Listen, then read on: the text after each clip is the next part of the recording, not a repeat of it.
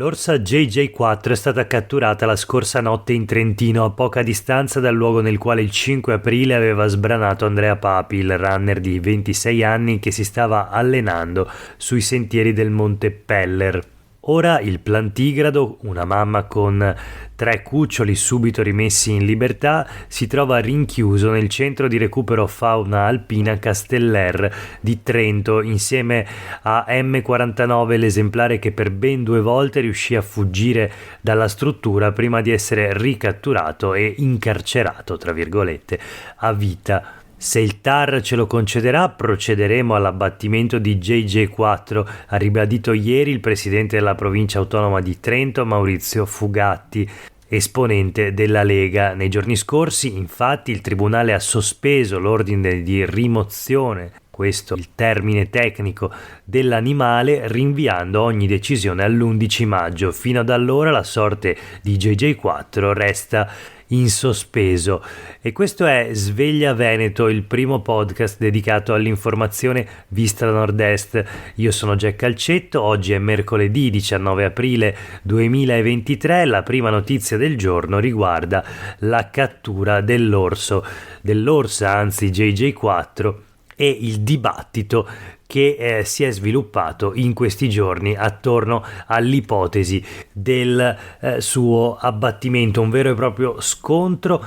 Leggiamo sulle pagine del Corriere del Veneto, in un articolo di Andrea Priante e Martina Zambon, che gli animalisti veneti sono sul piede di guerra dopo la cattura di JJ4, pronti alla galera per salvare l'orsa, divisa anche la politica, e c'è una battuta davvero di cattivo gusto da parte del presidente del Consiglio regionale Roberto Ciambetti. Cosa facciamo con l'orsa? Ci facciamo del ragù, poi aggiunge, parliamo di un animale recidivo, se fossi nei panni dei giudici del TAR che già in passato avevano ritenuto di lasciarla libera, mi farei un esame di coscienza. Ma sempre all'interno della Lega c'è chi dice no all'abbattimento, come Francesca Scatto, presidente della sesta commissione. Uccidere l'orsa non mi sembra una soluzione, resta il dolore per una vita perduta, ma ci sarà un modo più civile di gestire il problema senza eliminare questo animale. Quindi se da un lato è molto chiaro il fronte animalista e ambientalista che esprime la chiara contrarietà all'abbattimento dell'orso, a destra, in particolare nella Lega, ci sono diverse posizioni e contrastanti. Sulle pagine dei quotidiani del gruppo Gedi un articolo molto interessante, l'analisi di Mario Tozzi, che spiega: si tratta di una rappresaglia che non ha alcun senso, quella nei confronti dell'orsa, era con i cuccioli, ha reagito da animale, è improprio utilizzare le nostre categorie morali nel giudicare gli altri viventi, l'estinzione di una specie provoca quella delle altre. Nel frattempo la regione ribadisce la sua posizione in merito, ovvero lo fa la giunta Zaia, che dice il Veneto non accoglierà degli orsi, già adesso ha problemi con i lupi. Infatti una delle prime dichiarazioni di Zaia sulla questione dell'orsa era stata quella di dire l'abbattimento non è la soluzione, piuttosto l'animale va trasferito. Il presidente della regione Veneto subito dopo si è corretto, ha precisato che in ogni caso non stava suggerendo un trasferimento dell'orsa in Veneto. Diciamo, secondo Zaia, l'orso trentino andrebbe trasferito piuttosto che abbattuto, ma appunto non nella nostra regione.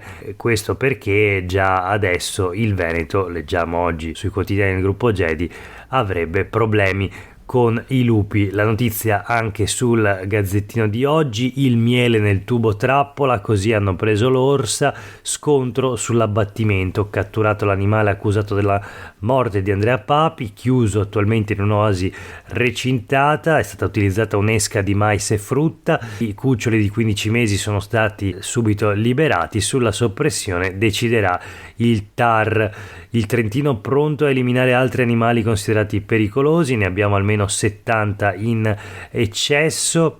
e il racconto della cattura anche sulle pagine dei quotidiani del gruppo Jedi nella doppia paginata L'uomo e l'ambiente. JJ4 trappola mortale, l'orsa che aveva ucciso il runner catturata e trasportata al Casteller, questa sorta di prigione per animali. Ira degli animalisti, dicono è un lager. Il presidente della provincia autonoma di Trento ribadisce avremmo voluto abbatterla. Insomma, vedremo come proseguirà questa vicenda. Nel frattempo voltiamo pagina e parliamo della siccità, un altro grandissimo problema negli ultimi anni che quest'anno si è ulteriormente aggravato a nord-est. 20 giorni di sole in più all'anno, ma c'è qualcuno che considera la siccità una opportunità.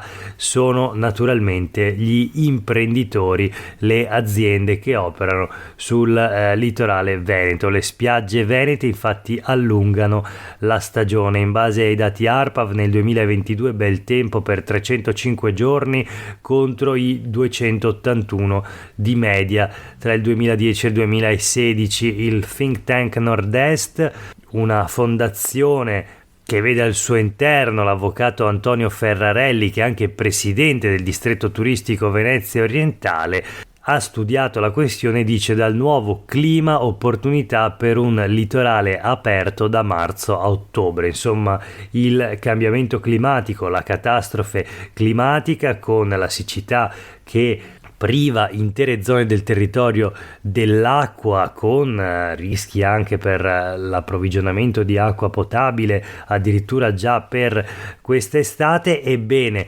questa che nei prossimi anni, se non nei prossimi mesi, potrà assumere i tratti dell'emergenza, per qualcuno appunto rappresenta un'occasione di ulteriore guadagno. Il nuovo rapporto con l'entroterra si svilupperà per progetti e eventi in grado di richiamare visitatori anche in autunno e primavera. Questa l'idea del think tank, appunto, per sfruttare al meglio la siccità. La notizia sul Gazzettino di oggi, ma anche sui quotidiani del gruppo Jedi: spiagge sole 300 giorni l'anno, apriamo ai turisti per 8 mesi. Fondazione Think Tank: la scarsa piovosità può essere un'opportunità per la costa veneta. Lungo tutto il litorale, da Cavallino a Bibbione, Jesolo, Eraclea e Caorle, meteo e clima nettamente migliorati. Insomma, è interessante questo giudizio che vede appunto come migliore un clima, un meteo ormai privo di precipitazioni, almeno nei primi mesi di quest'anno 2023, come se non fossero conseguenze, come se non ci fossero problemi. Si può promuovere una stagione da marzo a ottobre al pari di altre località italiane e straniere collocate più a sud, e non può mancare naturalmente sulle pagine dei quotidiani del gruppo Jedi la tradizionale ormai polemica o piagnisteo, a seconda di come la si voglia vedere: hotel e ristoranti a secco, mancano 30.000 addetti. Insomma, non ci sono persone disponibili a lavorare, a fare la stagione sul litorale veneto. È mistero come mai non si trovino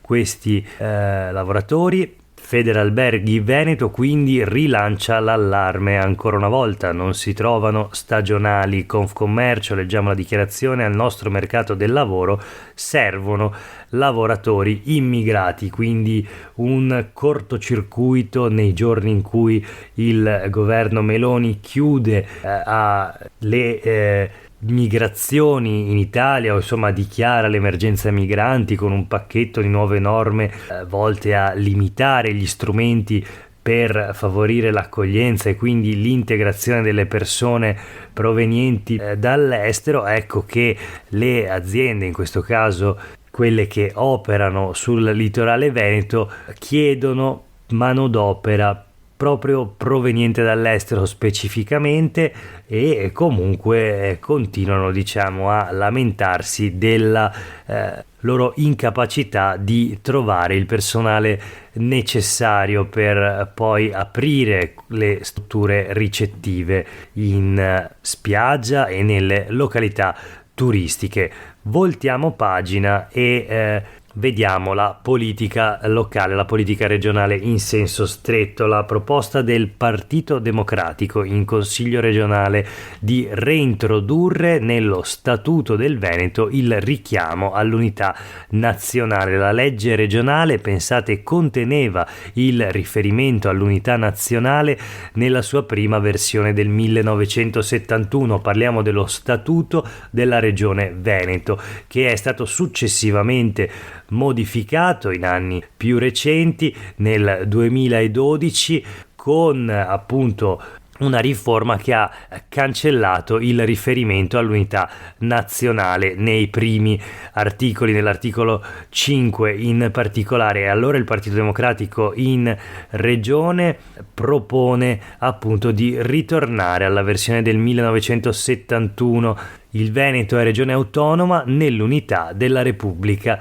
Italiana. L'idea è che serva questo riferimento proprio per garantire l'autonomia, cioè non ci può essere autonomia senza unità nazionale, e la consigliera regionale del Partito Democratico Vanessa Camani parla di aspirazioni autonomiste legittime, ma non a queste condizioni, cioè non alle condizioni del disegno di legge Calderoli, già firmato dal Presidente della Repubblica Sergio Mattarella per essere trasmesso alle Camere e appunto ora approdato in Parlamento, dove naturalmente verrà discusso. Una posizione, un parere assolutamente negativo nei confronti di quel disegno di legge da parte del Partito Democratico e in particolare di Vanessa Camani, la consigliera regionale del PD, che ieri assieme a Ivo Rossi, già sindaco di Padova, in Consiglio regionale hanno presentato questa nuova riforma dello Statuto Veneto, invece appunto con il riferimento all'unità d'Italia. Chiudiamo la rassegna stampa di oggi con due notizie flash. La prima, sulle pagine dei quotidiani del gruppo Gedi, lo scontro politico proprio sull'accoglienza delle persone migranti. Parla Mario Morcone, che è stato capo del Dipartimento Immigrazione a Roma e Ministero naturalmente, ora è assessore regionale in Campania nella giunta di Vincenzo De Luca con le deleghe sicurezza, legalità e immigrazione. Cosa dice Morcone? La regione Veneto ha sempre ostacolato l'accoglienza migranti e sulla nuove ipotesi dei decreti della proposta del governo, insomma, di togliere la protezione internazionale ai migranti, dice: senza questa fattispecie nelle città tornerà il degrado.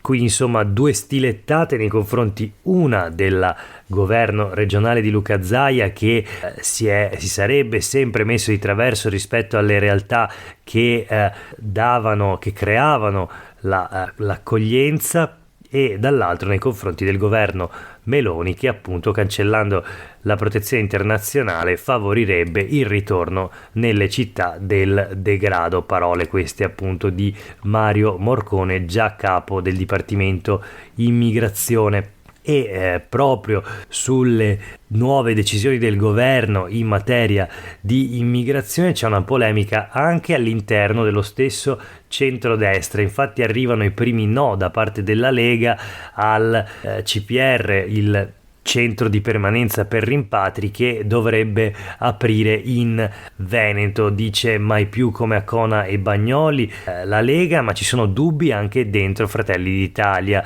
Quindi il centrodestra veneto alza il muro rispetto al decreto migranti, e c'è un altro litigio tra Fratelli d'Italia e Lega proprio su questa vicenda. Chiudiamo la rassegna stampa di oggi con un sondaggio dell'Osservatorio sul Nord-Est di Demos per il Gazzettino. La fiducia nell'Unione Europea si è dimezzata in 20 anni, ci crede soltanto 1 su 3. Nel 2001 l'apprezzamento per l'Unione Europea era al 62%, a Nord-Est ora è sceso al 32%. Nel 2020 il punto più basso, il 22%, poi una risalita legata a vaccini e a Next Generation EU, qui il PNRR, nel 2021, e poi nel 2022 il picco al 42%, per poi calare di nuovo. Naturalmente il fattore politico degli intervistati conta molto, i più europeisti sono gli elettori di Azione Italia Viva, poi quelli del Partito Democratico, ampiamente sopra la maggioranza, sopra il 50%, la fiducia nell'Unione Europea per queste forze politiche, tutte sotto il 50%, Movimento 5 Stelle, Forza Italia, Lega e Fratelli d'Italia. Per oggi è davvero tutto, grazie per aver ascoltato questa puntata di Sveglia Veneto, a tutte e tutti voi una buona giornata.